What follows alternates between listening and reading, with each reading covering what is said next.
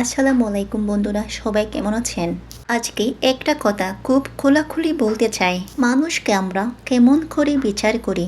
Content creator তৌহিদ আফ্রিদি তার জীবনে অন্যায় অপরাধের চেয়ে ভালো কাজের সংখ্যা অনেক গুণ বেশি।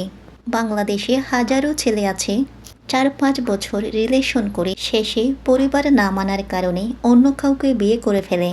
সেক্ষেত্রে আফ্রিদির ঘটনাকে খুব স্বাভাবিক বলা যায়। অন্যদিকে কেউ কেউ আবার 2-3 বছর আগের পুরনো কথা টেনে নিয়ে আজকে সেটা নিয়ে সমালোচনা করছে। আমি বলছি কেন আজকে সেই পুরনো কথা নতুন করে বলা হচ্ছে?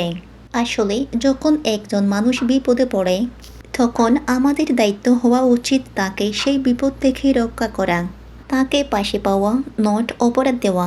একজন গাড়ি বিক্রেতাকে যদি দেখি অনেকেই অর্ধেক টাকা দিয়ে গাড়ি নিয়ে যায়, তখন কি বাংলাদেশে কোনো আইন ছিল না?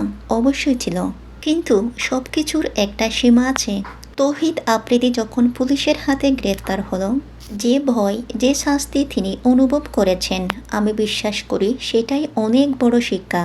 পোস্টের দিকে একটু লক্ষ্য করুন। ফাঁসির মঞ্চে দাঁড়িয়েও মানুষ হয়তো এত ভয় পায় না যতটা আফ্রিদি তখন পেয়েছিলেন।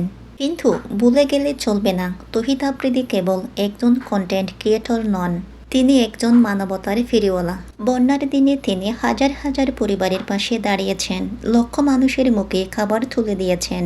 সমস্যাটা হলো আমরা মানুষ হিসেবে ভালো কাজগুলোকে মনে রাখি না।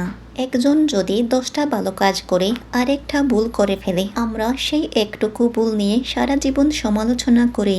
অথচ উচিত হলো একে অপরের ভালো দিক মনে রাখা, বিপদের সময়ে একে অপরের পাশে দাঁড়ানো। আল্লাহ আমাদের সবাইকে সঠিকভাবে বুঝবার ও অন্যকে সহানুভূতি দিয়ে দেখবার তৌফিক দান করুন।